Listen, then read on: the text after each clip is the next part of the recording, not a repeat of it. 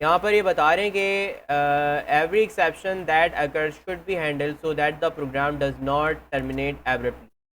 यानी सिंपल बात ये बताई जा रही है, एक्सेप्शंस हम ऐसी सिचुएशंस को कहते हैं जिसकी वजह से हमारी एप्लीकेशन एबनॉर्मली टर्मिनेट हो जाए।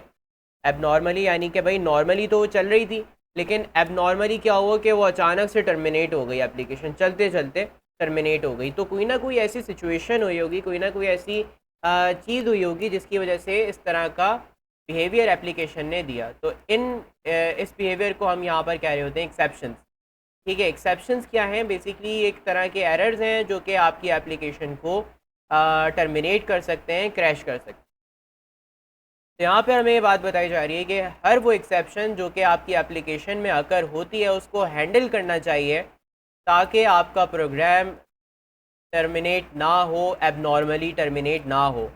यानी कि बात ये बताई जा रही है कि जो भी एक्सेप्शंस आती हैं उनको आप प्रॉपर्ली हैंडल करें। अब हैंडल करना तो बात की बात है, पहले देख लेते हैं कि एक्सेप्शंस हमारे पास कौन कौन सी टाइप्स की होती हैं। तो एक्सेप्शंस यहाँ पर हमें इन्होंने कुछ टाइप्स बताई हुई हैं, जैसे कि deferred load exception, format exception, integer division by zero exception, IO exception and timeout exception. There are a lot more. बहुत सी टाइप की एक्सेप्शंस होती हैं, लेकिन यहाँ पर चंद के नाम लिखे हुए।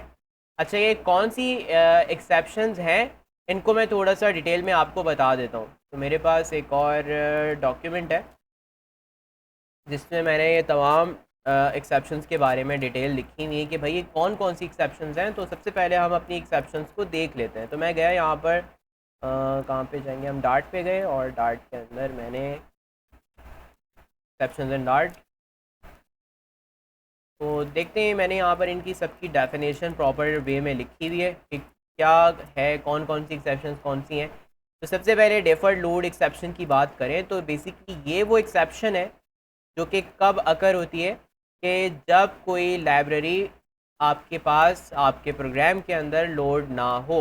जब आप कोई भी एक फ़ाइल लोड कर रहे हैं मिसाल के तौर पर, लेकिन वो फ़ाइल अपनी जगह पे मौजूद है ही नहीं, ठीक है, और आप उस अपने प्रोग्राम को रन होते हुए दौरान आप क्या कर रहे हो कि उस फाइल को लोड कर रहे हो जो एग्जिस्ट नहीं करती, तो आपको क्या एक्सेप्शन देगा? Deferred load exception. Deferred loading is a mechanism in Dart that allows you to load parts of your code only when they are actually needed. Let's suppose, अब यहाँ पर ये बात बताई जा रही है कि Dart ना एक mechanism का इस्तेमाल करता है जिससे क्या कहते हैं, deferred loading। अब deferred loading क्या है? ये एक तरह का mechanism है जो कि कौन इस्तेमाल करता है भाई? Dart इस्तेमाल करता है। और इससे वो क्या कर रहा होता है कि वो सिर्फ वो वाला कोड लोड करता है आपकी फ़ाइल का जिसको आप इस्तेमाल कर रहे होते हैं, ठीक है, actually when they are needed.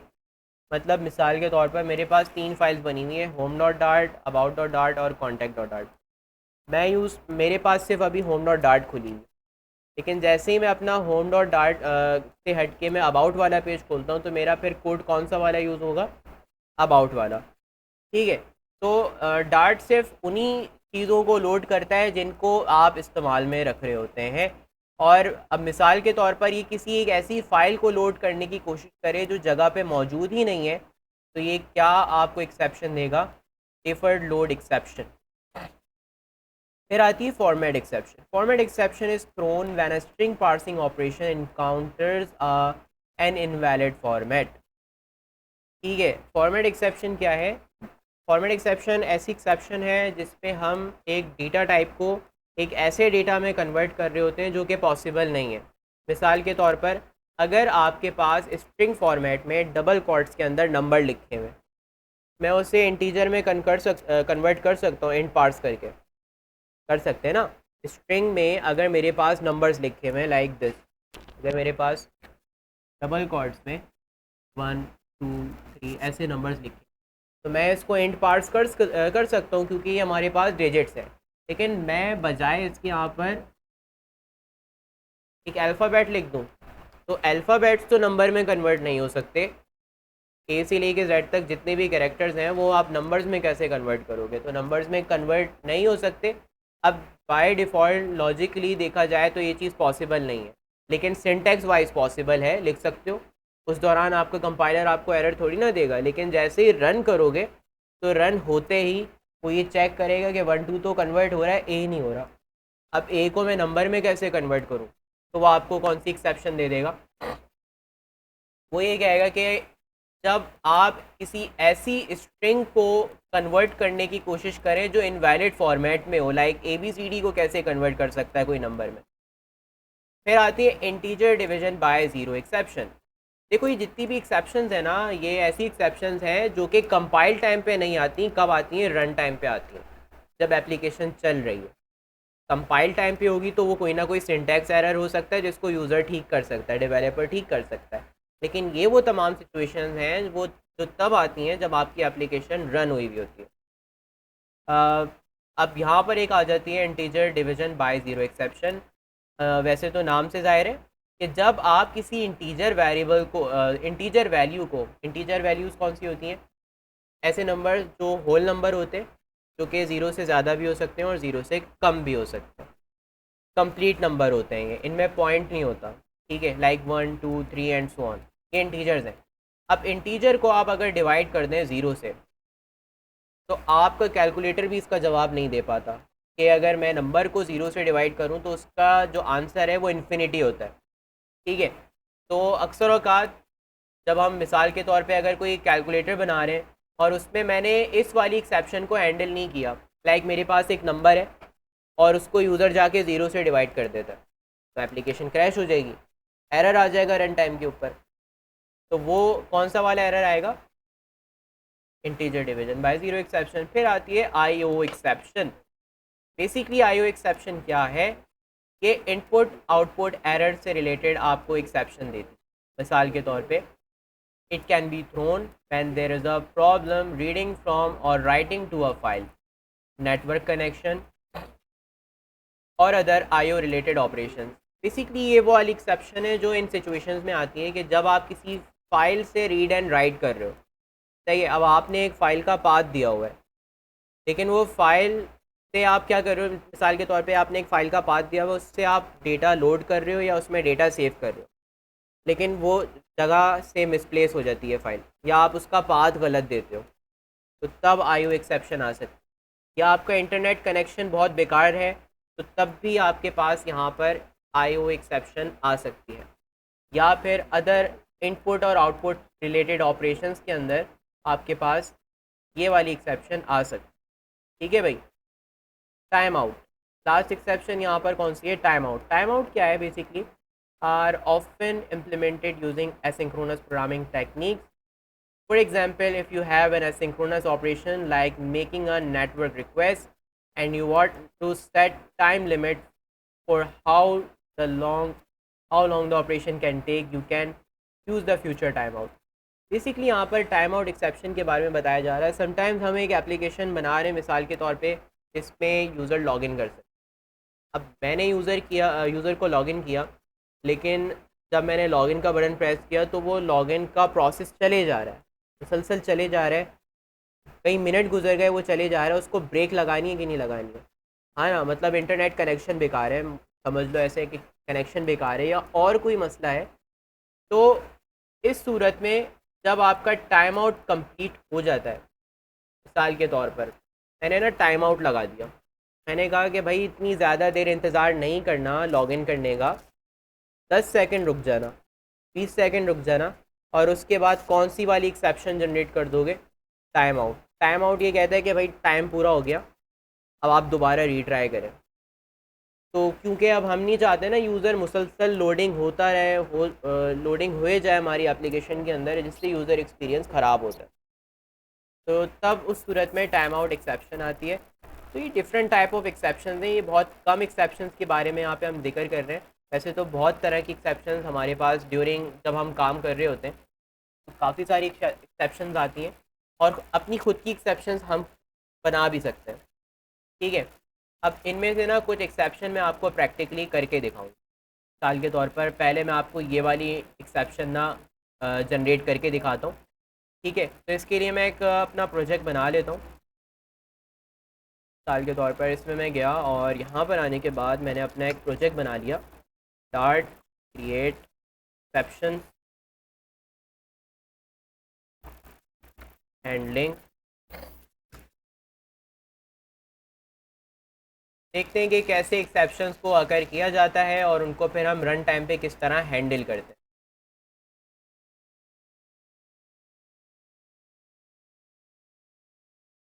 ठीक है, तो ये प्रोजेक्ट बन गया, इसको क्लोज़ करेंगे और सिंपली जाकर ये अपना प्रोजेक्ट मैं ओपन कर लेता हूँ।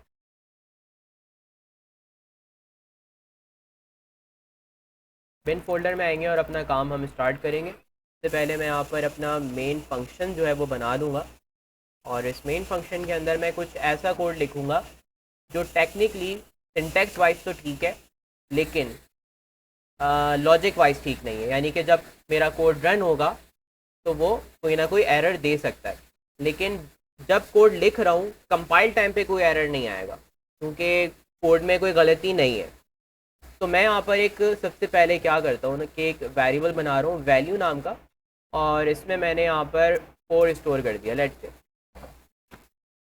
इसकी टाइप मैंने यहाँ पर रखी है क्या, इंटीजर। डन। फिर मैंने यहाँ पर क्या किया, एक वेरिएबल बनाया रिजल्ट नाम का, और इससे मैं क्या कर रहा हूँ सिंपली अपने वैल्यू वाले वेरिएबल को के अंदर जो भी वैल्यू है उसको मैं डिवाइड करता हूँ एक नंबर से। लेट्स से मैंने वैल्यू के अंदर जो भी नंबर है उसको 2 से डिवाइड किया, और इसका जो रिज़ल्ट है वो मैंने किस में स्टोर कर दिया, रिज़ल्ट वेरिएबल के अंदर। डन है। अब क्या होगा कि मेरे पास वैल्यू है करंटली 4, यानी इसमें क्या है 4 है जिसको मैं 2 से डिवाइड कर रहा हूँ, तो रिज़ल्ट क्या आ जाएगा मेरे पास, रिज़ल्ट यहाँ पर आ जाना चाहिए 2। मैं कंसोल से यहाँ पर रन करता हूँ तो आप देखेंगे कि इसमें किसी किस्म का एरर नहीं है और ये मुझे प्रॉपर आउटपुट प्रोवाइड कर रहा है 2.0। साहब आउटपुट देख रहे हैं किस में आ रहा है, पॉइंट में आ रहा है। मैंने कहा मुझे पॉइंट नहीं चाहिए, मुझे इंटीजर चाहिए। या चले पहले मैं आपको वैसे ही करके दिखा देता हूँ,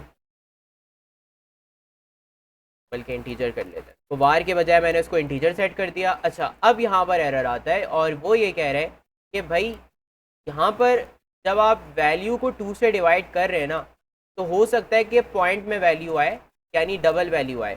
डबल किसको कहते हैं हम, पॉइंट वाली वैल्यूज़ को। लेट से मैंने 5 लिखा ना, 5 डिवाइडेड बाई 2 आंसर क्या बनता है 2.5। पॉइंट में आंसर आ रहा है जबकि मेरे वेरिएबल की टाइप है इंटीजर। यहाँ पर जो वैल्यू आ रही है वो है क्या, डबल। तो मैंने कहा मुझे डबल नहीं चाहिए, मुझे किसमें चाहिए, इंटीजर ही चाहिए। ये जो टिल्ड का सिंबल हम लगाते हैं ना यहाँ पर, इसका मतलब है कि आंसर दोगे लेकिन इंटीजर में ही दोगे। ठीक है, अगर पॉइंट आ रहा है तो उसको डिस्कार्ड कर देना। आंसर क्या दे रहा है ये 2, ने 0.5 को हटा दिया। ठीक है, अगर मैं यहाँ पर इसको लाइक कर दूँ 7, तो ये आंसर मुझे क्या देगा, वैसे तो कितना आना चाहिए था 3.5 आना चाहिए था, बट ये कितना दे देगा मुझे। अब मैंने यहाँ पे 2 के बजाय यहाँ लगा देता हूँ क्या, 0। बताओ अब आंसर क्या आएगा। अब जैसे ही रन करेंगे तो एक्सेप्शन आ गई, कह रहे कि एक्सेप्शन एज अकर्ड। कौन सी एक्सेप्शन आई है, इंटीजर डिवीजन बाय 0 एक्सेप्शन यहाँ पर मेरे पास आ गई है, जिसने मेरे प्रोग्राम को एबनॉर्मली क्लोज कर दिया। यानी अगर लेट सपोज मेरे पास आगे यहाँ पर कोई लाइन थी ना, लेट से मैं आपको करके दिखाता हूँ। पहले यहाँ पे लिख देता हूँ अनदर लाइन ऑफ स्टेटमेंट्स।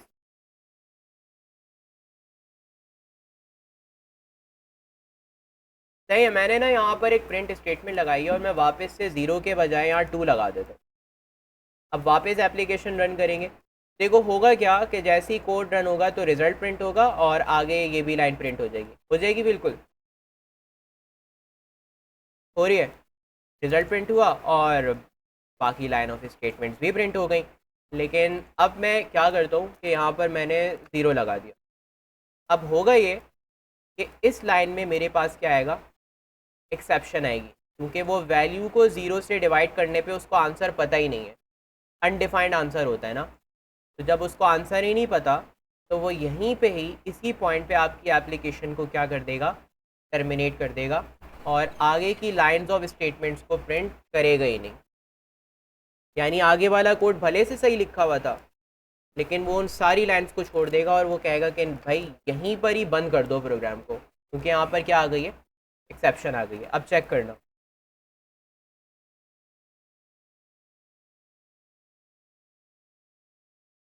तो क्या हुआ, एक्सेप्शन आ गई। क्या उसने another line of statements print की? नहीं, उसने यानी कि प्रोग्राम को कहाँ टर्मिनेट कर दिया, इसी लाइन के ऊपर टर्मिनेट कर दिया। उसने कहा कि आगे बढ़ना ही नहीं है। तो आगे का कोड भले से ठीक भी था, लेकिन उसने वो यहाँ पर प्रिंट नहीं किया। तो इन सिचुएशंस को कैसे हैंडल किया जाए? देखिए, there are multiple types of handlers. अच्छा, एक चीज़ यहाँ पर और देखो, क्या सिंटैक्स वाइज कोई गलती है यहाँ पर?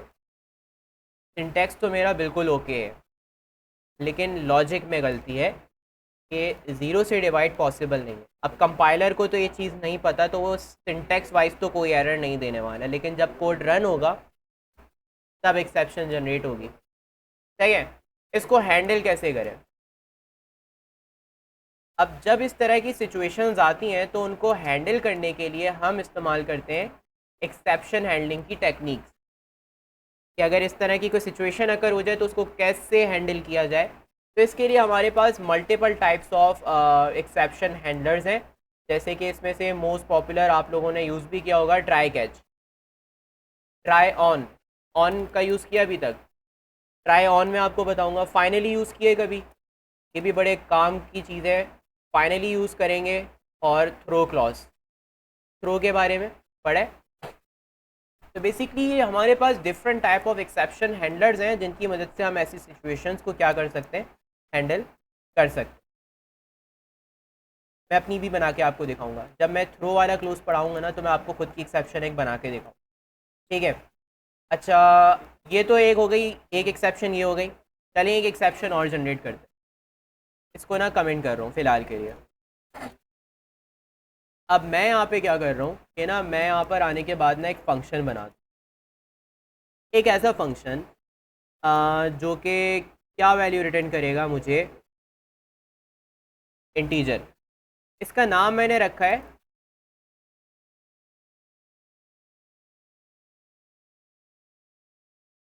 एक फंक्शन बना रहा हूँ जिसका नाम है स्ट्रिंग टू इंटीजर।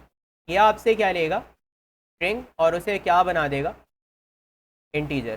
तो जो स्ट्रिंग वैल्यू लेगा वो ऑब्वियस सी बात है कि अपने पैरामीटर्स में एक्सेप्ट करेगा ना। तो मैंने यहाँ पर स्ट्रिंग नाम का, स्ट्रिंग टाइप का एक पैरामीटर बनाया है जिसको मैंने नाम दिया वैल्यू। सही है। तो नाम क्या दे दिया मैंने, वैल्यू। अब मैंने कहा कि यार जो भी वैल्यू आएगी तुमने उसको क्या करना है, तुमने उसको क्या करना है, इंट डॉट पार्स करना है। भाई जो भी वैल्यू मिले ना स्ट्रिंग में, उसे किस में तब्दील कर दोगे, उसे पार्स कर दोगे इंटीजर में, यानी कोई भी स्ट्रिंग हो। और फिर उसको किस में स्टोर करोगे, एक क्या नाम दे, रिजल्ट नाम दे देते हैं। डन। और जैसे कि मैंने बताया है कि जब भी इस मेथड, इस फंक्शन को कॉल करोगे तो ये वैल्यू किस टाइप की देगा, इंटीजर टाइप की। तो मैं यहाँ पर क्या चीज़ रिटर्न करवा दूंगा, रिजल्ट को रिटर्न कर देंगे। सिंपल सा मेथड है। जब भी इसे कॉल करोगे ये आपसे स्ट्रिंग वैल्यू लेगा, उस वैल्यू को पार्स करेगा यानी कन्वर्ट करेगा इंटीजर में, और जो भी वैल्यू बनी होगी इंटीजर में वो रिज़ल्ट में आ जाएगी, और फिर ये रिटर्न आपको रिज़ल्ट जो है वो रिटर्न कर देगा। इतनी बात क्लियर है? अब मैं यहाँ पर आया और मैंने क्या किया, मैंने इस मेथड को कॉल किया, स्ट्रिंग टू इंटीजर। ये आपसे क्या एक्सपेक्ट कर रहा है, स्ट्रिंग वैल्यू। मैंने इसको स्ट्रिंग वैल्यू प्रोवाइड कर दी। सही है। अब ये मुझे रिज़ल्ट किस फॉर्मेट में प्रोवाइड करेगा, इंटीजर में प्रोवाइड करेगा ना। तो मैं यहाँ पर क्या करता हूँ कि मैं यहाँ पर एक इंटीजर टाइप का वेरिएबल बना देता हूँ नंबर नाम से, और इसके अंदर जो भी नंबर होगा वो मैं स्टोर करके प्रिंट कर दूँ।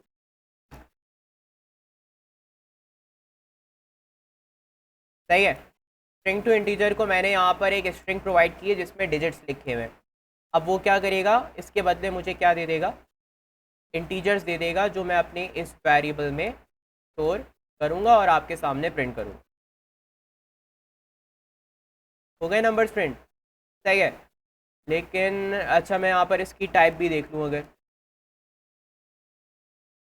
मैं इसकी यहाँ पर आपको रन टाइम टाइप दिखाऊं, रन टाइम टाइप समझते हैं कि जब आपकी एप्लीकेशन रन हो रही है उस दौरान इस नंबर की डेटा टाइप क्या है। तो क्या है, इंटीजर है ना। अब एक चीज़ यहाँ देखना कि मैं ना यहाँ पर बीच में नंबर्स के साथ साथ मैंने बीच में अल्फ़ाबेट्स को भी इंक्लूड कर दिया, तो अब क्या होता है, एक्सेप्शन आ गई। और एक्सेप्शन कौन सी आई यहाँ पे, फॉर्मेट एक्सेप्शन। वो कह रहा है कि आप एक ऐसी वैल्यू को कन्वर्ट करने की कोशिश कर रहे हैं which is not a number, like MNOP। अब ये कोई नंबर्स तो नहीं है, अल्फ़ाबेट्स है। तो अब आपका कंपाइलर यहाँ पर कंफ्यूज हो गया। ठीक है, देखो सिंटैक्स वाइज तो कोई गलती नहीं है, सिंटैक्स वाइज कोई गलती है, कोई गलती नहीं है, स्ट्रिंग में तो कुछ भी लिख सकता हूँ, लेकिन बात है लॉजिक के अंदर, लॉजिक में गड़बड़ है। तो जब इस तरह की सिचुएशंस आती हैं तो उनको प्रॉपरली हमें क्या करना होता है, हैंडल करना होता है। बताओ कौन सी टाइप की एक्सेप्शन आ रही है यहाँ पर, क्या आ रही है, फॉर्मेट एक्सेप्शन। तो जब भी बात आए एक्सेप्शंस को हैंडल करने की तो हम उसके लिए यूज़ करते हैं ट्राई कैच या ट्राई ऑन। मैं यहाँ पे ट्राई ऑन यूज़ करके देखा। सबसे पहले आप लिखते हैं ट्राई, ट्राई का कीवर्ड लिखते हैं। ट्राई में आप वो कोड लिखते हैं जिसमें आपको खदशा होता है, ये डर होता है कि यहाँ पे एक्सेप्शन आ सकती है। जैसे वो मेथड कॉल कर रहा हूँ तो मुझे खदशा है कि यार यहाँ पर हो सकता है कि यूज़र एक ऐसी वैल्यू पास करे जो नंबर्स में ना हो, अल्फ़ाबेट्स में हो, तो हो सकता है कि मेरी एप्लीकेशन क्रैश कर जाए, मुझे डर है। तो मैं ये कोड कहाँ लिखूँगा,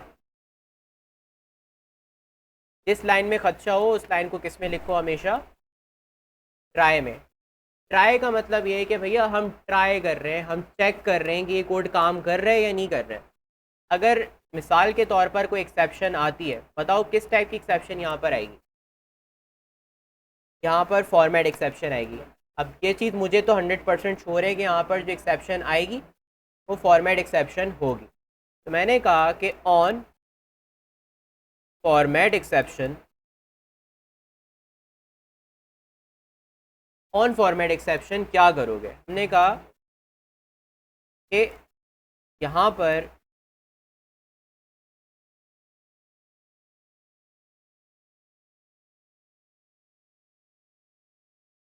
can not convert number, cannot convert alphabets to integers। यहाँ तक बात क्लियर है। मैंने यहाँ पर ना क्या यूज़ किया है, ट्राई। पहले मैंने ट्राई लगाया, मैंने कहा कि यहाँ पर आप चेकिंग करेंगे कि कोई एक्सेप्शन आ रही है। अगर नहीं आ रही तो आप बस सिंपल अपनी नंबर के अंदर वैल्यू को स्टोर करके प्रिंट कर देना, ये कोड नहीं चलेगा। अगर कोई एक्सेप्शन नहीं आती तो ये वाला कोड नहीं चलेगा। लेकिन अगर ड्यूरिंग रन अगर यहाँ पर एक्सेप्शन आ जाती है, जैसे कि अभी आनी भी चाहिए, तो क्या होगा, आपका कंपाइलर आपको डायरेक्टली भेज देगा कहाँ पे, ऑन फॉर्मेट एक्सेप्शन, कि जब फॉर्मेट एक्सेप्शन आए तो बस तुम ये प्रिंट कर देना कि जब फॉर्मेट एक्सेप्शन आए तो ये एक मैसेज दे देना। और अगला वाला जो कोड है ना, जैसे कि ये पहले क्या होता था, ये नहीं चलता था, लेकिन आपने अगर अपनी एक्सेप्शंस को प्रॉपरली हैंडल किया होगा तो आगे का कोड भी प्रॉपरली चलेगा। अब देखो मैंने रन किया और कोई एरर आया, अब कोई एक्सेप्शन ने मेरे कोड को एबनॉर्मली क्लोज किया या मेरे आगे के कोड को टर्मिनेट किया, नहीं किया, बल्कि यहाँ पर एक प्रॉपर अच्छा सा मैसेज आ गया कि cannot convert alphabets to integers. ये मैंने खुद लिखी है ना, ये सिर्फ बताने के लिए कि भाई आगे का कोड भी चल रहा है। फ़र्क भी बताता हूँ। देखो ऑन ऑन का इस्तेमाल तब किया जाता है जब आपको ये 100% श्योर हो कि यही एक्सेप्शन आएगी। ये तब पता चलेगा जब आपने कोड लिखा होगा और आपको अंदाज़ा होगा कि यहाँ पर कौन सी टाइप की एक्सेप्शन आ सकती है। क्योंकि अब देखो मुझे यहाँ पे पता है ना कि यहाँ पर ये वाली एक्सेप्शन आ सकती है, क्योंकि मैं स्ट्रिंग टू इंटीजर कन्वर्जन करने की कोशिश कर रहा हूँ, है ना। तो अब मोस्टली यही वाला खदशा होता है कि जब आप स्ट्रिंग को इंटीजर में कन्वर्ट करते हैं तो वहाँ पर नंबर्स तो कन्वर्ट हो जाते हैं, लाइक आपने इस तरह अगर लिखा हुआ है, लेकिन अगर यहाँ पर मैं अल्फ़ाबेट्स भी इंक्लूड कर दूँ तो पक्का पता है हमें 100% श्योर है कि फॉर्मेट एक्सेप्शन ही आएगी। तो मैंने यहाँ पर कह दिया कि यार अगर फॉर्मेट एक्सेप्शन आए तो तुम ये वाला मैसेज दे देना, लेकिन ज़रूरी नहीं है कि यहाँ पे फॉर्मेट एक्सेप्शन आए। हो सकता है कि integer division by zero exception भी आ जाए, है ना। ज़रूरी नहीं ना कि ये वाली एक्सेप्शन आए, हो सकता है कोई और एक्सेप्शन आ जाए। ये देखो, मैं एक काम कर रहा हूँ कि ना मैंने यहाँ पर कौन से वाला कोड प्लेस कर दिया, इसमें कौन सी एक्सेप्शन आ रही थी, डिवाइड बाय ज़ीरो की एक्सेप्शन आ रही थी ना। अब बताओ, अब हैंडल कर पाएगा या ऑन इसको? ऑन यहाँ पे हैंडलर है जो इस सिचुएशन को हैंडल कर रहा है, तो वो सिर्फ किसको हैंडल करना जानता है? फॉर्मेट एक्सेप्शन को। उसको इस एक्सेप्शन का नहीं पता।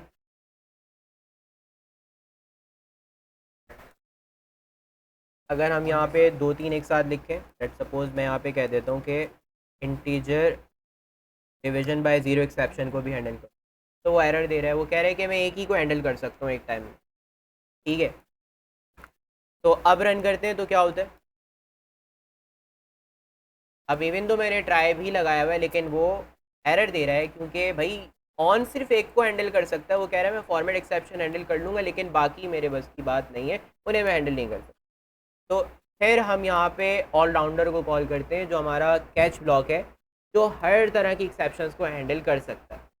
ठीक है, तो मैं यहाँ से ऑन तब हटा दूंगा और मैं यहाँ पर अब कौन सा क्लॉज लगाऊंगा, कैच। कैच हर तरह के एक्सेप्शन को हैंडल कर सकता है। हाँ, समटाइम्स हमें कुछ सिचुएशंस में जहाँ पर हमें कंफर्मेशन होती है तो वहाँ पर हम जो है वो इसका भी इस्तेमाल कर रहे होते हैं। जब हमने ये असल एग्जांपल मैं आपको करके दिखाऊंगा, जब फायरबेस यूज़ करेंगे ना तो वहाँ पे हम ऑन वाला क्लॉज बहुत जगहों पे यूज़ करते हैं, क्योंकि वहाँ पर ना कुछ बिल्ट इन एक्सेप्शंस होती हैं फायरबेस हमें प्रोवाइड करता है, जो कि मोस्ट प्रॉबली हमें 100% श्योर होता है कि ये यूज़ होने वाली है। उसके अकॉर्डिंगली कुछ मैसेजेस दिखाने होते हैं, तो वहाँ पर ऑन ज़्यादा सूटेबल रहता है। खैर फिलहाल मैं यहाँ पर अब कह रहा हूँ कि कैच को मैंने यहाँ पर प्रोवाइड किया है एक पैरेंथेसिस। सिंटैक्स समझना, ये ट्राई के ब्लॉक है और ये कैच का ब्लॉक है। अब कैच ब्लॉक में, कैच के अंदर सबसे पहले आपने यहाँ पर एक पैरेंथेसिस लगानी हो। इस पैरेंथेसिस के अंदर आप एक पैरामीटर बनाते हो, किसी भी नाम से बना सकते हो। यूजुअली हम इसको ई लिख रहे होते हैं। E stands for error and as well as exception, तो हम यूजुअली इसको ई लिख देते हैं। आप इसका कुछ और नाम रखना चाहो तो रख सकते हो, जैसे कि ऐसे मैंने यहाँ पे लिख दिया। मैंने यहाँ पर कहा कि यार अब किसी भी किस्म का एरर आए तो उसको तुम यहाँ पर क्या कर दोगे, जो भी एरर आए मैंने इसको कहा कि तुम उसे क्या कर दोगे, यहाँ पर प्रिंट कर दोगे। बताओ अभी कौन सी एक्सेप्शन आएगी, अभी कौन सी एक्सेप्शन आ सकती है, कौन सी वाली एक्सेप्शन आ सकती है? ज़ीरो वाली आएगी ना, क्योंकि मैंने यहाँ ज़ीरो लिखा हुआ है। तो कैश देखते हैं इसको हैंडल कर पाता है या नहीं कर पाता। तो कैश ने इसको बहुत इजीली हैंडल कर लिया और इसके लिए मुझे एक इसी एक्सेप्शन का नाम भी प्रिंट करके दे दिया, integer division by zero exception. और आगे की लाइंस चल गई, बिल्कुल चल गई। मेरा प्रोग्राम एबनॉर्मली टर्मिनेट नहीं हुआ, बल्कि यहाँ पर मुझे प्रॉपरली पता चला कि क्या एरर है और आगे का कोड भी चल गया। सही है। अच्छा, चलो ये तो हो गया, लेकिन अब बताओ कौन सी एक्सेप्शन आएगी। अब नीचे वाली आएगी, क्योंकि नीचे गड़बड़ है, दोनों एक साथ नहीं आ सकते। क्योंकि देखो ना, अब line by line code run होता है ना, तो वो पहले वाली को ही देखेगा पहले। ठीक है, जब उसको यहाँ पे मिल जाएगा, जैसे ही उसको यहाँ पर एरर मिला तो वो फटाफट जाएगा कैच के पास, बोलेगा इसको प्रिंट कर दो। यानी कि मेरा जो कोड है ना उसका फ्लो डायरेक्ट यहाँ से चला जाएगा यहाँ पर, ये वाली लाइन वो मिस कर दे। ठीक है, एक साथ सारी नहीं हो सकती। अब देखो, अब क्या बोल रहे हैं, फॉर्मेट एक्सेप्शन और आगे का कोड भी चल गया। सही है ना। तो ये हमने यहाँ पर different type of examples try किए हैं, किसके रिगार्डिंग, फॉर्मेट एक्सेप्शन भी मैंने आपको यहाँ पे करके दिखाई और integer division by zero exception भी करके मैंने आपको दिखाई। फर्दर और हम यहाँ पर और क्या कर सकते हैं, और हाँ, एक और क्लॉज हमारे पास होता है फाइनली। फाइनली यहाँ पर एक ऐसा हमारे पास क्लॉज है जो हर सिचुएशन में चलता है। ट्राई कब चलता है? जब एरर ना हो। कैच कब चलता है? जब एरर आ जाए। तो वो एरर के लिए, एरर को प्रिंट करने के लिए हम यूजुअली इस्तेमाल कर रहे होते हैं। लेकिन फाइनली हर सिचुएशन में चलता है, चाहे एरर आए या चाहे एरर ना आए, फाइनली दोनों सूरतों में चलता है।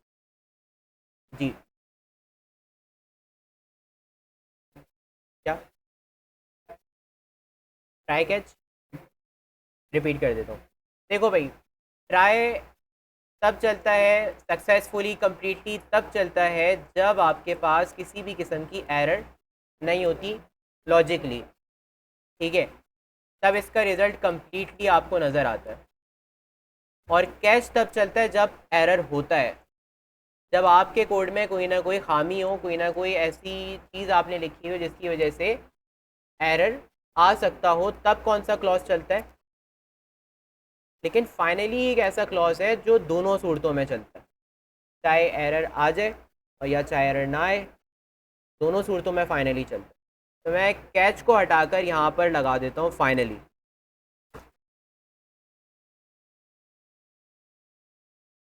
और मैंने ना यहाँ पर एक लाइन लिख दी कि प्रोग्राम एंडेड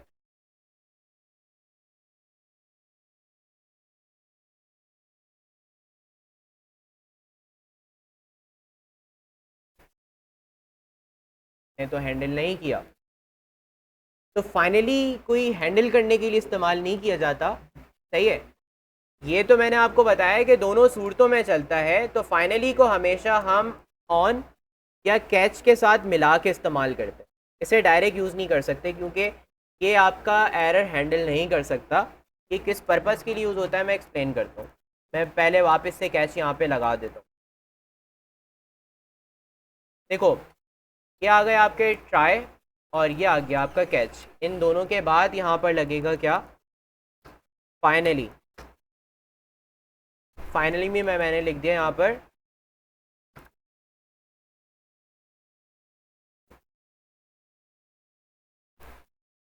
मैंने। तो सिंपली अगर यहाँ पर हमारे पास देखा जाए तो ये हमारा कोड है, ठीक है भाई। और कैच क्या करता है, अगर आपके पास इस कोड के अंदर किसी भी किस्म की एरर आ जाए तो उसको हैंडल करना काम है कैच का।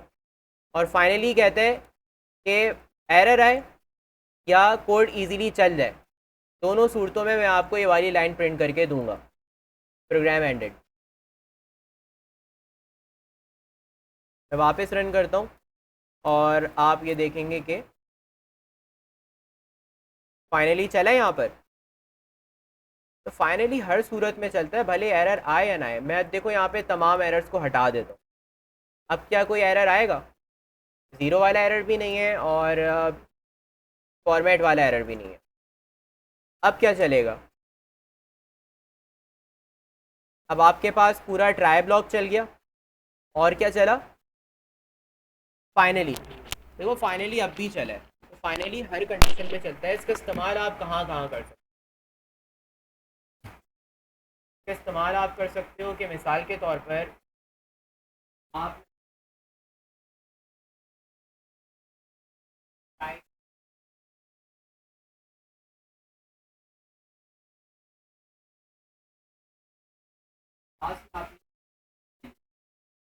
फाइनली ना बेसिकली हम इस्तेमाल करते हैं उन चीज़ों जो दोनों सूरतों में हम चाहते हैं, एरर आए या ना आए, दोनों सूरतों में हम करना चाहते हैं उसको, उस कोड को हम फाइनली के अंदर लिखते हैं। मिसाल ले लेते हैं कि मैं ना एक एप्लीकेशन बना रहा हूँ जिसके अंदर को लॉगिन करवाना है।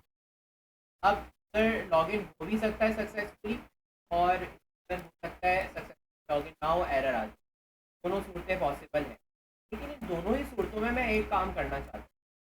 जैसे ही मैंने यूज़र को लॉगिन करवाया, एक मीटिंग आ गई। अब अगर लॉगिन कर जाता है तब भी लोडिंग आएगी और अगर एरर आ जाता है तब भी लोडिंग आएगी। एरर आए तब भी मैं लोडिंग को हटाना चाहूँगा और लॉगिन हो जाए तब भी मैं लोडिंग को हटाना चाहूँगा। दोनों सूरतों में मैं चाहूँगा कि अब यूज़र को लोडिंग दिखाते रहोगे। एरर आए तब भी लोडिंग हटानी है और लॉगिन हो जाए तब भी लोडिंग हटानी, यूज़र को लोडिंग बार दिखाते रहोगे तो हटाने का कोड फाइनली हर सूरत चल, चाहे आपका कोड रन हो या कुछ एरर आ जाए, फाइनली तो चलता ही। तो उन सिचुएशंस को हैंडल करने के लिए वो दोनों सूरतों में अगर होती हो फाइनली क्लॉज इस्तेमाल करते, हम वो कोड लिखेंगे जिसके अंदर हम क्या करेंगे, अपनी लोडिंग को ऑफ करवा देंगे।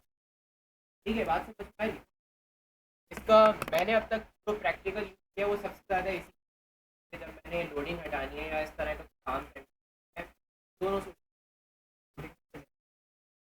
हाँ, तो कोई ना यूज़र एक्सपीरियंस ख़राब हो। चलो यहाँ तक तो बात क्लियर है ना। फाइनली क्लॉज का मतलब समझ में आया। ट्राई का इस्तेमाल किया जाता है उस कोड को चेक करने के लिए कि जिसके अंदर एरर आ रहा हो या ना आ रहा हो, चेक किया जाता है पहले कोड। ऑन क्या करता है, स्पेसिफिक एक्सेप्शंस को हैंडल कर सकता है, हर एक्सेप्शन को हैंडल नहीं कर सकता। जब आपको 100% श्योर हो क्या यही एक्सेप्शन आनी है तब आप ऑन का यूज़। लेकिन आप अगर जनरल एक्सेप्शन को हैंडल करना चाहते हो जिनके बारे में आपको आगाही नहीं है, आपको लग रहा है कि यार इसमें हो सकता है ये आ जाए, हो सकता है ये एक्सेप्शन आ जाए, तब क्या यूज़ करोगे, कैच यूज़ करोगे, क्योंकि कैच एक तरह का ऑलराउंडर है जो हर तरह के एक्सेप्शन को हैंडल कर सकता है। फाइनली क्या करता है, ये एक ऐसा क्लॉज है जो दोनों सूरतों में चलता है, एरर आए या ना आए। जब आपको एक ऐसा काम करवाना चाहते हैं तो एरर आने पर भी हो और रिजल्ट आने पर भी, दोनों ही सूरतों में हो, तब हम फाइनली यूज़। अब ये एक्सेप्शन तो चले काफ़ी बेसिक थी। अब एक एक्सेप्शन आपके सामने मैं आपको करके देखूँ। ये देखो, मैंने ना यहाँ पर एक वेरिएबल बनाया है एज नाम का, और मैंने इसमें एज स्टोर कर दी यूज़र की, और लेट से मैंने यहाँ पर ना इस एज को क्या कर दिया, प्रिंट कर दिया। है कोई एक्सेप्शन आएगी, रन करते हैं तो 4 प्रिंट हुआ। कौन सा वाला ब्लॉक चला है, ट्राई चला कि कैच चला, ट्राई चला ना, एज प्रिंट हो गई। और उसके बाद कौन सा चला, प्रोग्राम एंडेड चला, यानी फाइनली क्लॉज भी चल गया। चल, ये तो बहुत सही हो गया। अच्छा, अब मैं अगर ऐसा करूँ कि -4 लिख, क्या ये यहाँ पर बात लॉजिकली ठीक है? सिंटेक्स वाइज देखा जाए तो भी इसमें कोई गलती नहीं है, और लॉजिकली भी देखा जाए तो ये चल जाएगी। देखो चल गई ना, कोई मसला हुआ यहाँ पर? इंटीजर में तो दोनों ही वैल्यूज आ सकती हैं, पॉजिटिव नेगेटिव दोनों आ सकती हैं, लेकिन यहाँ पर हमें अपने खुद सेंस चलानी होगी और ये चीज़ डिटेक्ट करनी होगी कि यार एज नेगेटिव कैसे हो सकती है। हाँ ना। अब लॉजिक वाइज देखा जाए, यानी कि ह्यूमन सेंस को हटा के अगर लॉजिक वाइज देखा जाए तो ये बात हो जाएगी, क्योंकि वो उसको इम्प्लीमेंट कर सकते हैं। लेकिन अगर खुद सोचा जाए इस चीज़ को तो ये एज कभी भी नेगेटिव नहीं हो सकती, लेकिन इस पर कोई एक्सेप्शन ही नहीं है इसके अंदर। अब हम खुद की एक्सेप्शन बनाएंगे, सही है। अब खुद एक्सेप्शन कैसे बनाई जाती है कि यार ऐसी सिचुएशन जिसमें डार्ट में बिल्ट इन एक्सेप्शन नहीं है, लेकिन आप चाहते हो कि यार ऐसी सिचुएशन में आनी चाहिए एक्सेप्शन ताकि यूज़र को पता चले। तो इसके लिए हम क्या करते हैं, एक इफ क्लॉज लगाएंगे। इफ स्टेटमेंट के अंदर मैंने यहाँ पर क्या कहा, अगर एज जो है लेस देन हो किससे, 0 से कम चली जाए, वैसे 1 से कम, 0 तो क्या ही एज होती है। यहाँ पर मैं नहीं चाहता कि एज लेस देन 1 हो, क्योंकि ऑब्वियसली नहीं होती। यानी कि मैंने यहाँ पर कहना है कि अगर एज 1 से कम होती है तो आप थ्रो करेंगे। कौन सा क्लॉज यूज़ कर रहा हूँ मैं यहाँ पर, फाइनली के बाद थ्रो। थ्रो कब यूज़ किया जाता है, the developer can raise an exception explicitly using the throw keyword, the exception should be also be handled. यानी जब आपका डेवलपर खुद से कोई एक्सेप्शन बनाना चाहता है तब वो कौन सा वर्ड यूज़ कर सकता है, थ्रो। थ्रो का मतलब होता है फेंकना, और इसको कैच कौन कर रहा है, वहाँ से हम एक्सेप्शन फेंकेंगे और कैच यहाँ पर उसको कैच करेगा, समझे। तो यहाँ से मैंने कहा यार थ्रो कर देना, क्या तो ये एक एक्सेप्शन थ्रो करना। ये एक्सेप्शन ना बेसिकली हमारे पास एक क्लास है डार्ट के अंदर, बिल्ट इन क्लास है, किस नाम से, एक्सेप्शन। ये देखो बेसिकली अगर मैं आपको कंट्रोल और क्लिक करके दिखाऊँ ना इस पर, तो अगर मैं थोड़ा सा ऊपर जाऊँ तो देखो यहाँ पर बेसिकली एक्सेप्शन क्या है, एक क्लास है, बिल्ट इन क्लास है। खैर मैं वापस आ गया उस कोड से, वो डार्ट का इंटरनल कोड है, उसको छेड़ना भी नहीं है हमने। मैंने कहा कि अगर एज लेस देन 1 होती है तो आप एक एक्सेप्शन थ्रो कीजिएगा जिसमें लिखा हुआ हो एज कैन नॉट बी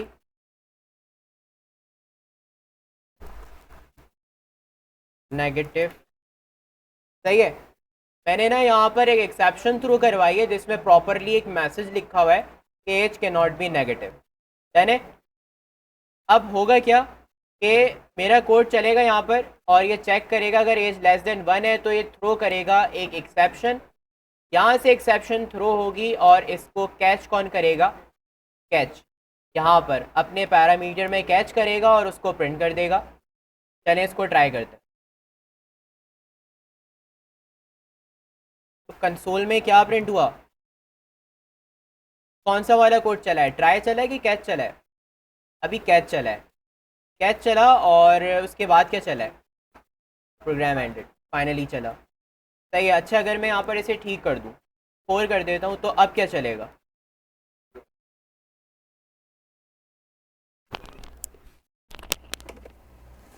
एक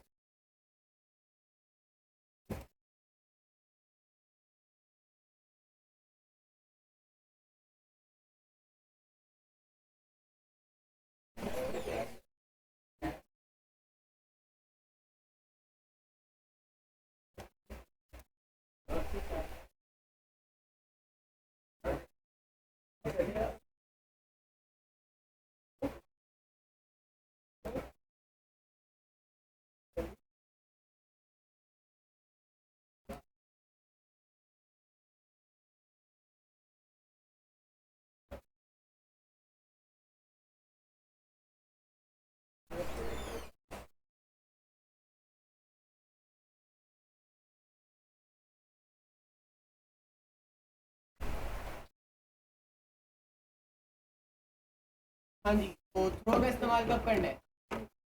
जब आप कुछ एक्सेप्शन बनाना चाहते हैं तो थ्रो आप यूज़ करें, थ्रो का कीवर्ड। ठीक है भाई, तो सिंपल है। आई होप सो कि आपको ये चीज़ें समझ में आई होंगी। और देखो भाई, जब भी आप कभी भी बड़ी एप्लीकेशन बनाते हो और इस तरह की एक्सेप्शंस को लाजमी हैंडल करना होता है, क्योंकि आप नहीं चाहते आपका यूज़र ये फेस करे कि आपकी एप्लीकेशन क्रैश हो जाए, है ना? अगर आपने अपनी एक्सेप्शंस को प्रॉपर्ली हैंडल नहीं किया होगा तो एप्लीकेशन क्रैश कर सकती है और जिससे यूज़र का एक्सपीरियंस ख़राब हो। तो इन चीज़ों से बचने के लिए प्रॉपर एक्सेप्शन हैंडलिंग होनी चाहिए, जिसमें आप ट्राई कैच ऑन फाइनली वगैरह का इस्तेमाल प्रॉपर वे में एक्सेप्शंस को हैंडल कर सकते हैं। है ना? बात समझ में आ रही है?